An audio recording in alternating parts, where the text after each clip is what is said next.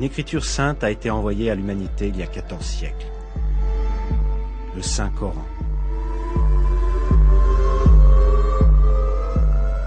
Depuis le jour de sa révélation jusqu'au jour du jugement, il restera le seul et dernier guide pour l'humanité. Il y a d'innombrables preuves indiquant que le Coran est la parole de Dieu. Dans le premier film, nous avons étudié les preuves qui sont des miracles scientifiques du Coran. Dans ce film, nous allons continuer à examiner ces miracles scientifiques qui prouvent que le Coran est la révélation de Dieu. Nous allons voir qu'un grand nombre de faits scientifiques que nous n'avons été capables d'établir qu'en utilisant la technologie moderne, depuis les couches de la Terre jusqu'à la dérive des continents, et depuis le sexe d'un bébé aux particules subatomiques, ont été révélés dans notre livre saint il y a 14 siècles.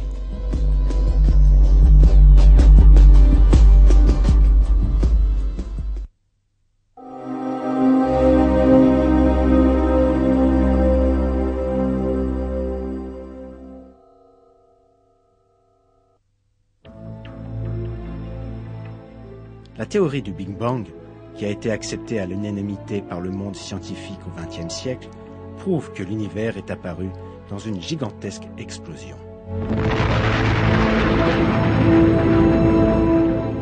Un verset du Coran a révélé ce fait, il y a 1400 ans.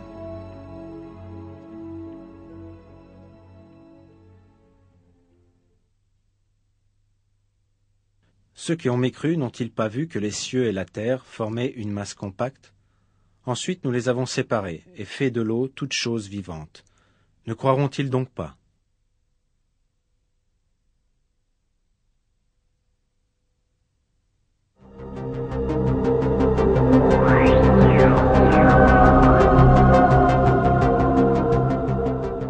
Le mot ratq, qui est traduit par former une masse compacte, signifie en arabe mélanger, fusionner dans le langage courant.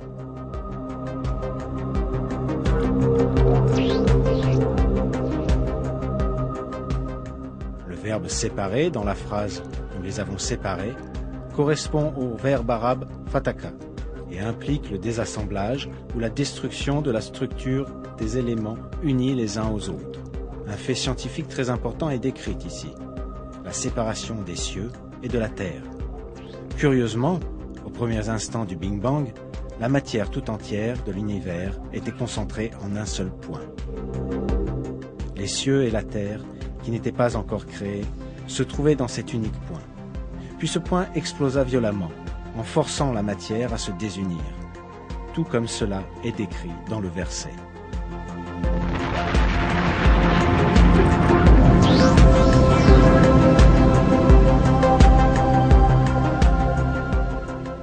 Les gens vivant il y a 14 siècles ne possédaient bien sûr pas les connaissances scientifiques ou la technologie leur permettant de savoir que la Terre, le Soleil, la Lune et les étoiles, et tout ce qu'ils voient ou tout ce qui est invisible dans le ciel, étaient initialement unis en un seul point.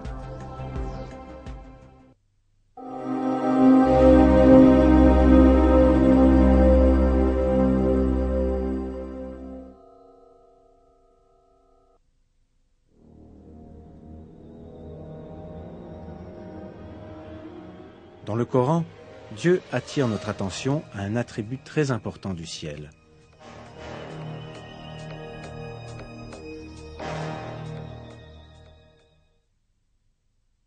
Nous avons fait du ciel une voûte protégée, et pourtant, il se détourne de nos signes.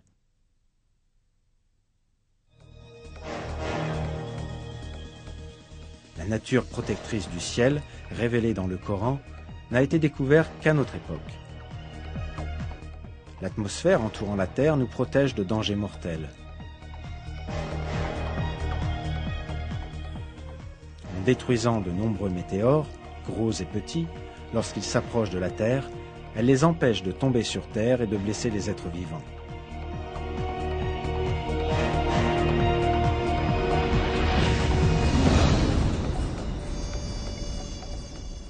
Elle filtre les rayons lumineux venant de l'espace qui sont nuisibles aux êtres vivants. Elle protège également la Terre du froid glacial de l'espace, dont la température est d'environ moins 270 degrés. En plus de l'atmosphère, il existe une autre couche formée par le champ magnétique de la Terre, qui sert de bouclier contre les radiations nuisibles qui menacent notre planète. Les ceintures de Van Allen.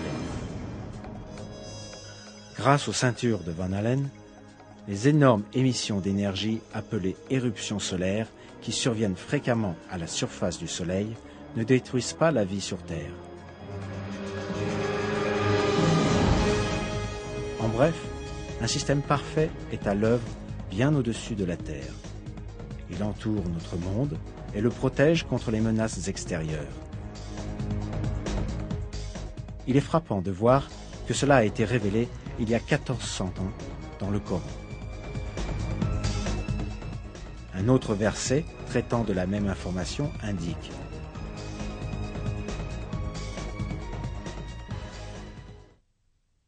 c'est lui qui vous a fait la terre pour lit et le ciel pour toit.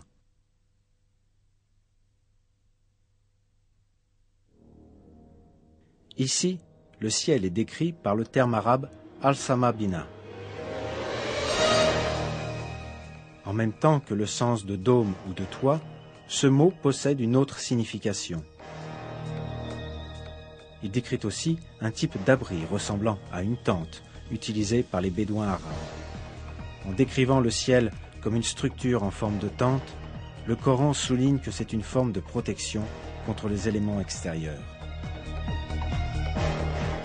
C'est la protection que l'atmosphère offre contre les météores et les rayons cosmiques. Tous ces faits montrent que cette information qui a été obtenue par l'humanité à la suite de longues recherches scientifiques a été communiquée dans le Coran il y a 1400 ans, quand il n'y avait aucun engin spatial ou télescope géant.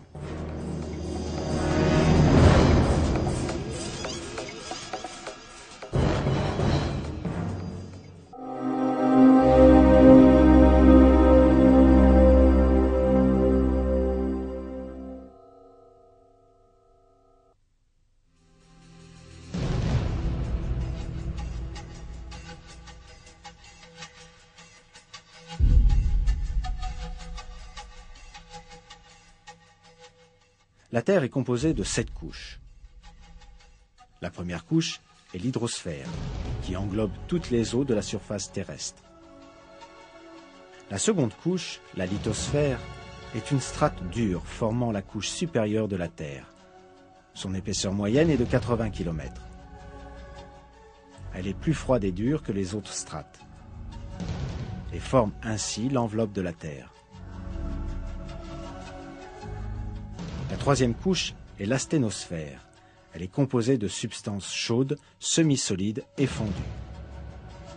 Les quatrième et cinquième couches, respectivement le manteau supérieur et le manteau inférieur, forment une région à haute température épaisse d'environ 2900 km, composée de roches semi-solides. Le noyau de la Terre se compose de deux parties. L'une est le noyau externe liquide, épais de 2200 km. L'autre est le noyau interne solide, épais de 1250 km, les sixième et septième couches. Le fait que la Terre se compose de telles strates n'est connu que suite à de longues recherches utilisant la technologie du XXe siècle. Pourtant, Dieu nous a communiqué cette information dans le Coran, qu'il a rempli de miracles scientifiques il y a 14 siècles.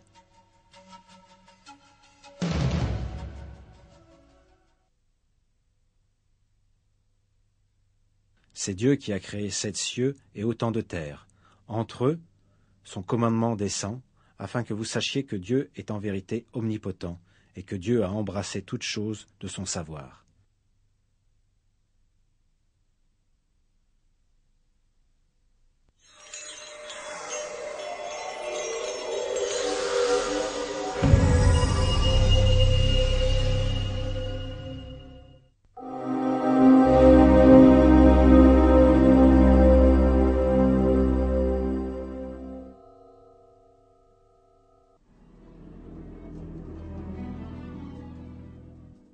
C'est au début du XXe siècle qu'un scientifique allemand, Alfred Wegener, proposa la thèse que les continents de la Terre étaient attachés les uns aux autres quand elle se forma, puis qu'ils dérivèrent dans différentes directions, les séparant ainsi au fur et à mesure de leur déplacement. Cette théorie de Wegener a été prouvée dans les années 1980. On trouva que les 6 plaques majeures et plusieurs petites, qui forment la croûte et la partie supérieure du manteau, se déplaçaient constamment. Selon la théorie appelée tectonique des plaques, ces plaques se déplacent sur Terre en transportant avec elles les continents et le plancher océanique. Ce déplacement a été mesuré de 1 à 5 cm par an. Par conséquent, cela produit des changements lents dans la géographie de la Terre. Chaque année, par exemple, l'océan Atlantique devient légèrement plus large. La science n'a découvert cela que très récemment.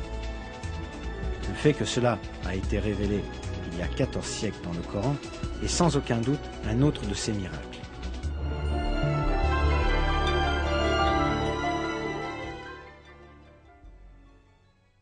Et tu verras les montagnes, tu les crois figées, alors qu'elles passent comme des nuages. Dieu fait référence au mouvement des montagnes comme une dérive dans un verset du Coran. Aujourd'hui, les scientifiques modernes utilisent aussi le terme de dérive des continents pour ce mouvement. C'est sans aucun doute un grand miracle que ce fait scientifique ait été révélé au 7e siècle, quand les conceptions de la nature de l'univers étaient fondées sur les superstitions et les mythes. C'est une autre preuve très importante montrant que le Coran est la parole de Dieu.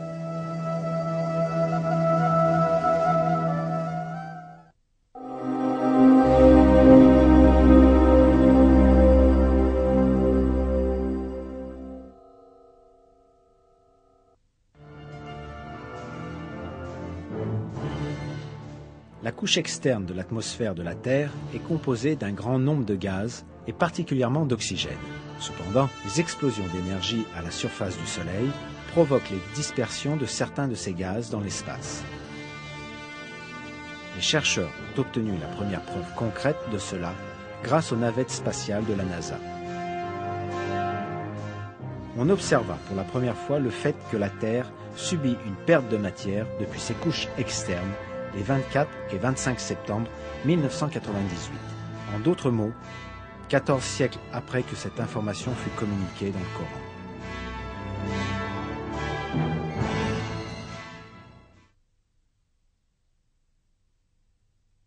Ne voit-il pas que nous frappons la terre et que nous la réduisons de tous côtés?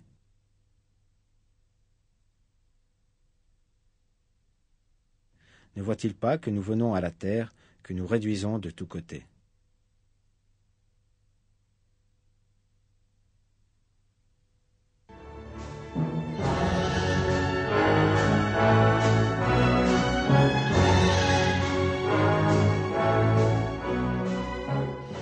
Ces versets peuvent aussi faire référence à des pertes de terre sous un autre aspect. Aujourd'hui, les calottes polaires fondent et le niveau de l'eau dans les océans augmente.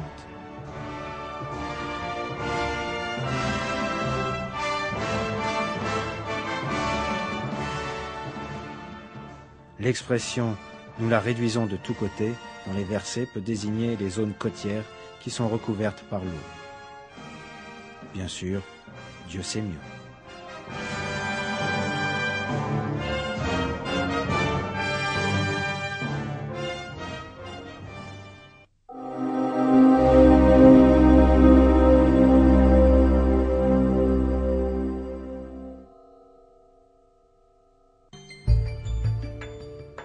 Le physicien britannique Paul Dirac, qui remporta le prix Nobel de physique en 1933, fit une découverte très importante.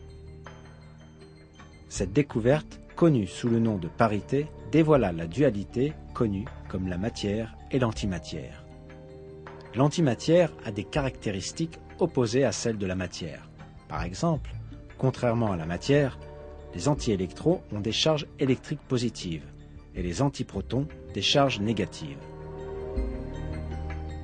Personne ne connaissait ce fait scientifique quand le Saint-Coran fut révélé il y a 14 siècles de cela.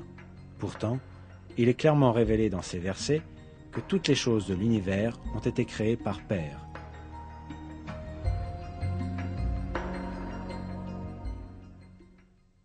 Louange à celui qui a créé tous les couples de ce que la terre fait pousser, d'eux-mêmes et de ce qu'ils ne savent pas.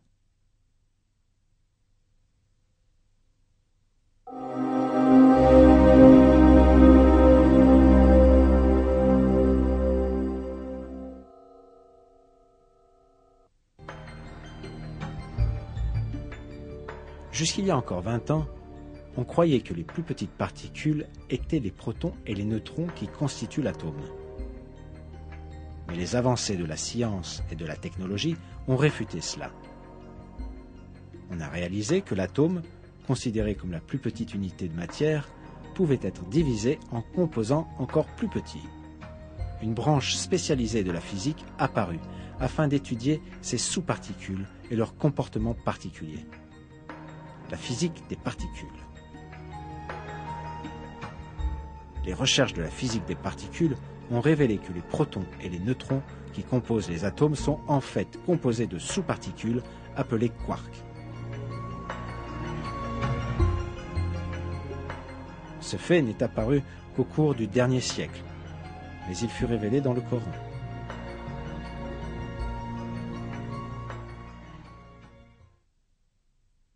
Il, mon Seigneur, est le connaisseur de l'inconnaissable. Rien ne lui échappe, fût-il du poids d'un atome dans les cieux comme sur la terre, et rien n'existe de plus petit ni de plus grand qui ne soit inscrit dans un livre explicite. Dans un autre verset, Dieu nous dit « Il n'échappe à ton Seigneur ni le poids d'un atome sur terre ou dans le ciel, ni un poids plus petit ou plus grand qui ne soit déjà inscrit dans un livre évident. »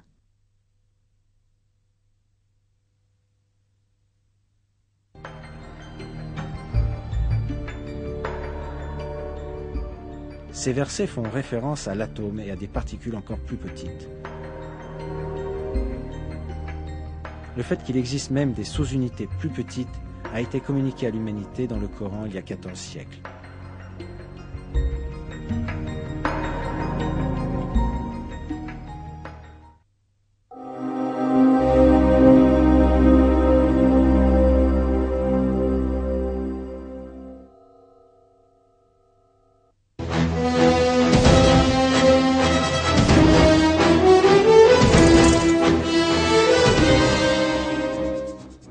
Le XXe siècle a vu de nombreuses grandes découvertes concernant les phénomènes célestes dans l'univers. L'une d'entre elles est le trou noir.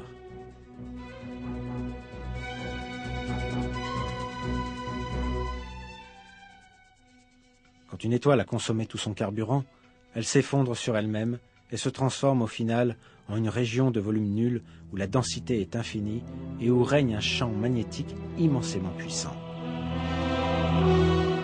Ceci est appelé un trou noir.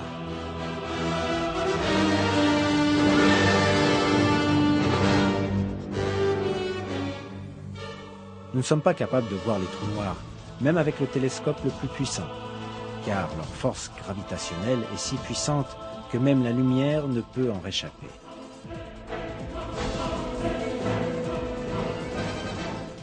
Leur présence, cependant, peut être perçue au moyen de l'effet magnétique qu'ils exercent sur leurs alentours. Dans le Coran, Dieu attire l'attention sur ce sujet de cette manière, en jurant sur la position des étoiles.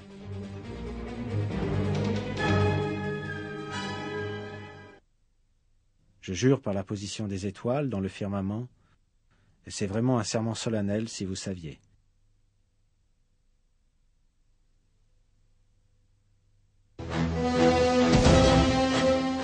Toutes les étoiles massives exercent des champs gravitationnels dans l'espace. Un trou noir augmente sans cesse sa densité et donc son attraction gravitationnelle, en attirant toutes les choses qui passent près de lui. En un sens, cela ressemble à un trou dans l'espace dans lequel tout ce qui se trouve aux alentours est attiré.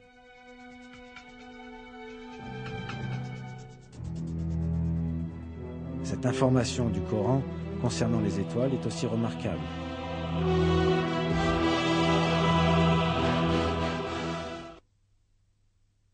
Par le ciel et par le tariq, qui te dira ce qu'est le tariq? C'est l'étoile perçant les ténèbres.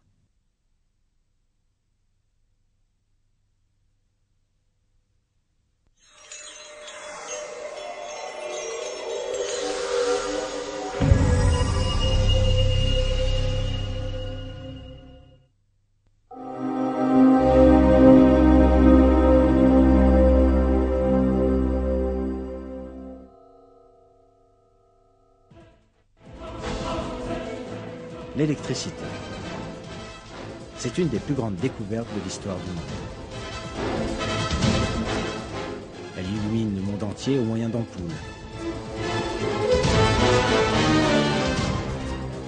En fait, cette grande découverte était notée dans les versets du Coran il y a 14 siècles de cela.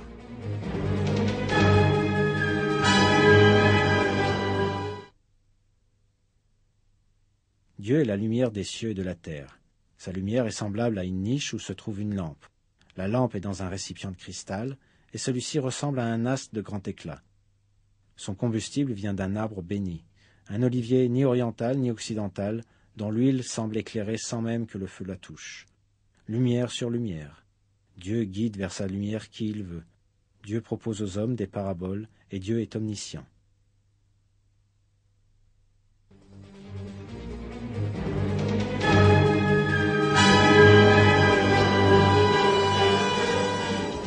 Ce verset fait référence à quelque chose qui émet de la lumière. Il apparaît que ce corps fait miraculeusement référence aux ampoules utilisées pratiquement partout sur Terre à notre époque. Une ampoule est un corps qui brille comme une étoile et qui émet de la lumière. À l'intérieur du verre, et cela est entièrement conforme à la description du verset. Le fait que le carburant utilisé par ce corps lumineux n'appartient ni à l'Orient ni à l'Occident peut être une indication qu'il n'a aucune dimension physique. L'électricité, le carburant de l'ampoule, est en réalité dans une dimension d'énergie et non dans une dimension matérielle. Contrairement aux lampes à huile et au gaz, les ampoules brûlent sans feu, ce qui est en accord avec la description fournie dans le verset. À la lumière de toutes ces informations, on peut en déduire que ces versets font référence aux ampoules, une invention des plus importantes. Bien sûr, Dieu sait mieux.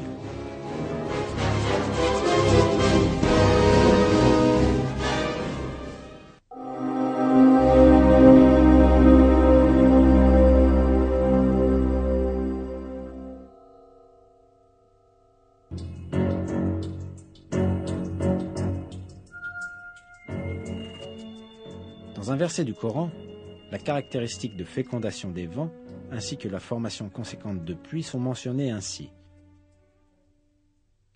Et nous envoyons les vents fécondants, et nous faisons alors descendre du ciel une eau dont nous vous abreuvons, et que vous n'êtes pas en mesure de conserver. Ce fait indiqué dans ce verset n'était sûrement pas connu avant le début du XXe siècle. Jusqu'alors, la seule relation connue entre le vent et la pluie était que c'était le vent qui dirigeait les nuages. Mais les découvertes météorologiques modernes ont démontré le rôle fécondant du vent dans la formation de la pluie.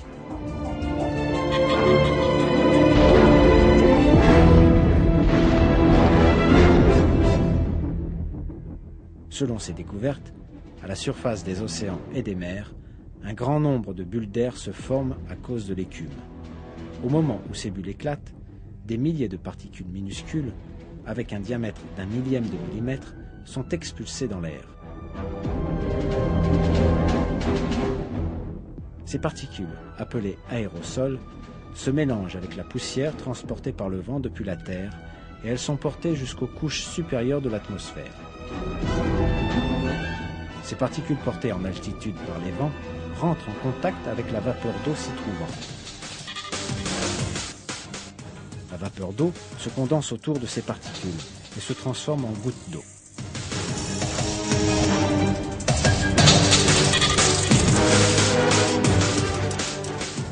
Ces gouttes d'eau se rassemblent et forment des nuages. Et ensuite, elle tombe sur Terre sous forme de pluie. Pour résumer, la formation de pluie survient quand les vents fécondent les nuages avec les aérosols, de la même manière que ce qui a été révélé dans le Coran, à une époque où les hommes ne connaissaient pratiquement rien des phénomènes naturels.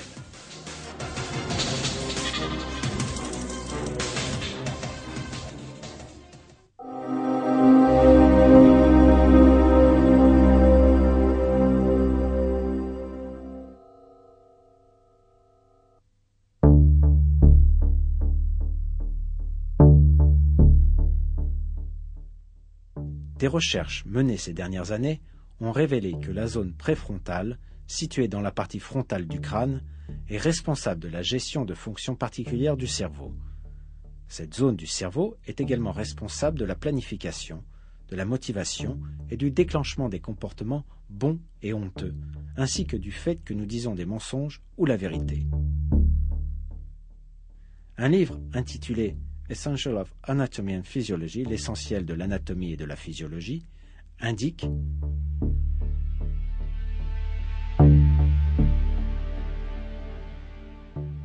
en relation avec son implication dans la motivation, on pense que la zone préfrontale est aussi le centre fonctionnel pour les agressions. Une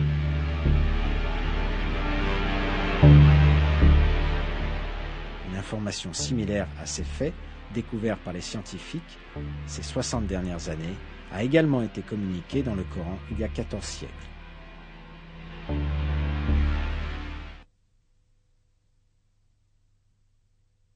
Mais non, s'il ne cesse pas, nous le saisirons certes par le toupet d'un menteur, d'un pécheur.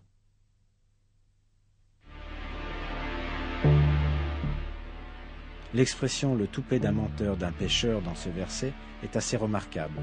Cela démontre un parallèle proche des activités menées dans la partie frontale du cerveau.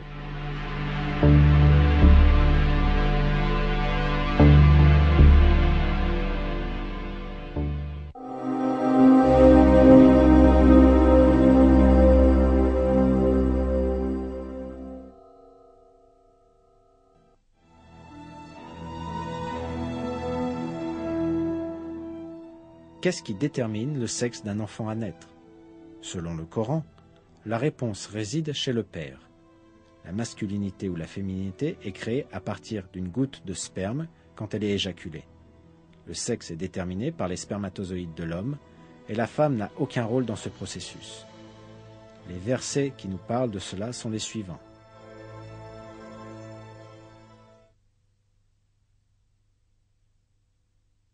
C'est lui qui a créé les deux éléments de couple, le mâle et la femelle, d'une goutte de sperme quand elle est éjaculée.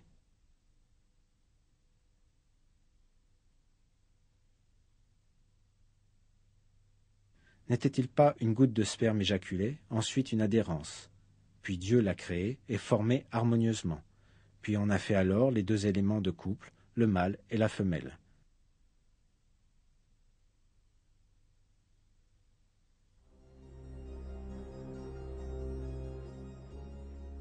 Les disciplines en développement de la génétique et de la biologie moléculaire ont validé scientifiquement la précision de cette information donnée dans le Coran. Le sexe d'un bébé est déterminé par le chromosome de l'homme, X ou Y, qui s'unit avec l'ovule de la femme. Rien de tout cela n'était connu jusqu'à la découverte des gènes au XXe siècle. En réalité, dans de nombreuses cultures, on pensait que le sexe d'un bébé était déterminé par la femme. C'est pourquoi les femmes étaient blâmées quand elles donnaient naissance à des filles. 14 siècles avec la découverte des gènes humains, pourtant le Coran révélait une information qui réfutait cette superstition, en indiquant que l'origine du sexe reposait non pas chez la femme, mais dans le sperme tiré de l'homme. Ceci parce que le Coran est la parole de Dieu.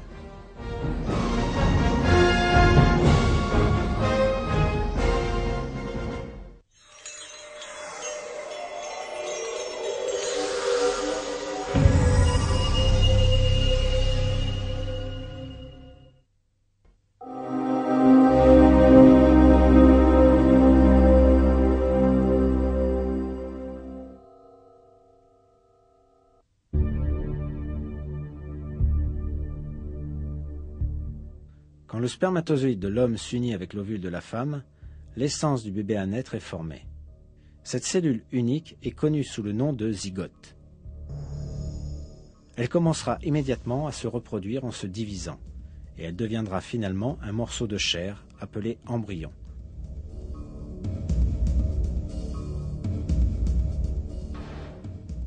L'embryon, cependant, ne passe pas sa période de développement dans le vide.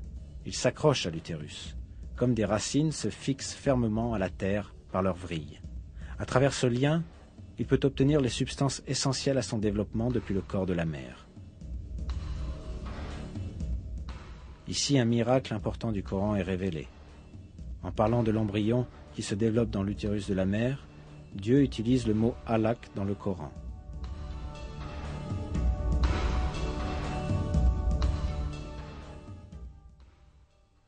Lis au nom de ton Seigneur qui a créé l'homme d'une adhérence, alaq.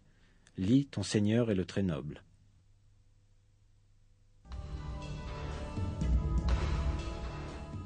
La signification du mot alaq en arabe est une chose qui s'accroche à un endroit. Très certainement, l'utilisation d'un mot aussi spécifique pour désigner l'embryon se développant dans l'utérus de la mère prouve une fois de plus que le Coran est la parole de Dieu, le Seigneur de tous les mondes.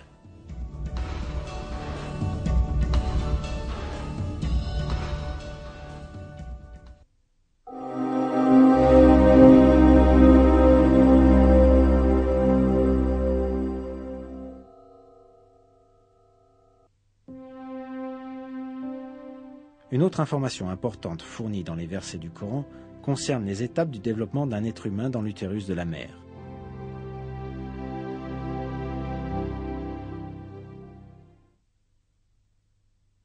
Ensuite, nous avons fait du sperme une adhérence, et de l'adhérence, nous avons créé un embryon.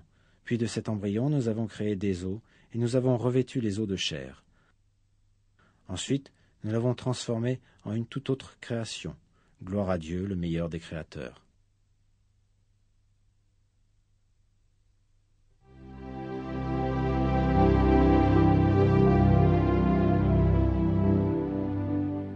Il est clairement énoncé dans ces versets que dans l'utérus de la mère, les os se développent en premier, puis les muscles se forment et les recouvrent. Jusqu'à très récemment, les embryologistes supposaient que les os et les muscles de l'embryon se développaient en même temps. Pourtant, des recherches conduites grâce au nouveau développement technologique ont produit des conclusions qui correspondent exactement à ce qui est décrit dans le Coran.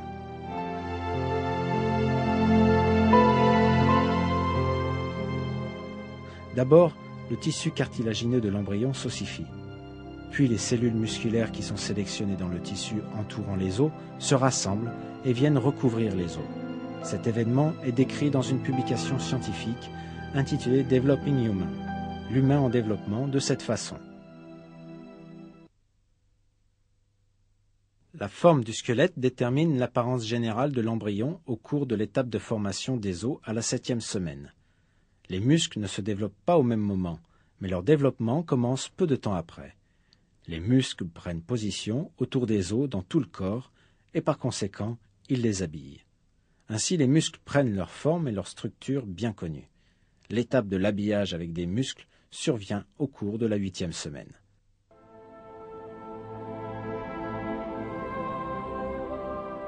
En bref, les étapes du développement de l'homme, comme décrites dans le Coran, sont en parfaite harmonie avec les découvertes de l'embryologie moderne.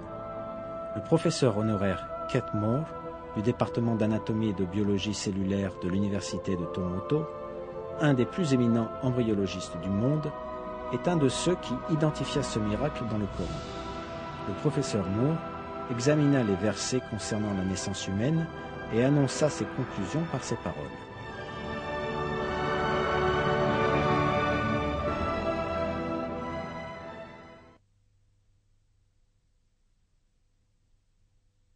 Il m'a été très agréable d'aider à clarifier les indications du Coran concernant le développement humain.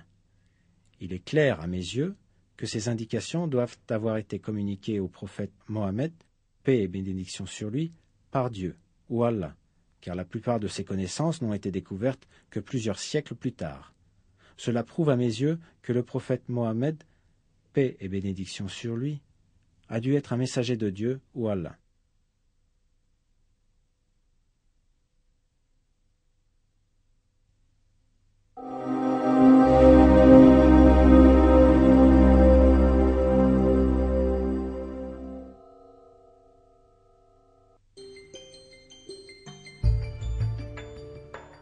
Les personnes qui restent couchées dans la même position pendant de longues périodes rencontrent de sérieux problèmes de santé. À cause de la pression constante exercée sur un endroit du corps quand on ne bouge pas pendant une longue période, les vaisseaux sanguins se contractent et ils peuvent se fermer totalement. Suite à cela, l'oxygène et les autres nutriments transportés par le sang n'atteignent plus la peau et celle-ci commence à mourir. Cela provoque l'apparition de plaies sur le corps. Ces plaies sont connues sous le nom de plaies du lit ou plaies de pression. Ces plaies, qui se forment sous la peau ou les tissus, peuvent atteindre de graves dimensions si elles ne sont pas traitées. Si elles s'infectent, elles peuvent même mener à la mort. La chose la plus saine à faire, par conséquent, est de changer fréquemment la position du corps afin de réduire cette pression. Les patients qui ne peuvent se déplacer eux-mêmes reçoivent donc une attention particulière et d'autres personnes les déplacent toutes les 2 heures. On n'a réalisé l'importance du mouvement au cours du sommeil qu'au cours du XXe siècle. Mais une information soulignant cette importance a aussi été placée dans le Coran, la parole de Dieu.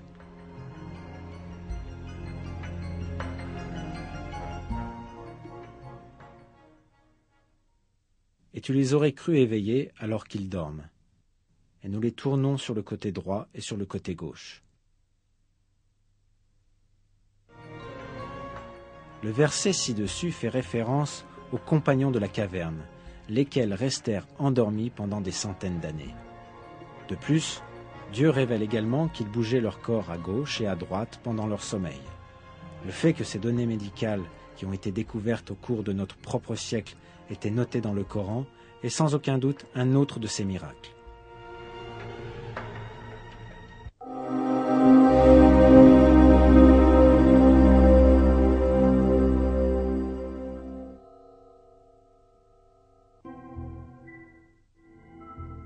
Tout ce que nous avons vu dans les films, les miracles scientifiques du Coran, nous montre un fait évident. Le Coran est un livre qui renferme des informations qui se sont révélées et qui se révèlent vraies. Des faits concernant des sujets scientifiques, des faits que personne ne pouvait connaître à l'époque de la révélation du Coran, sont annoncés dans ces versets. Il est impossible que telles informations aient pu être connues avec le niveau de connaissance et de technologie disponible au 7e siècle en Arabie. Cela est bien sûr une preuve manifeste que le Coran ne peut être la parole d'un homme.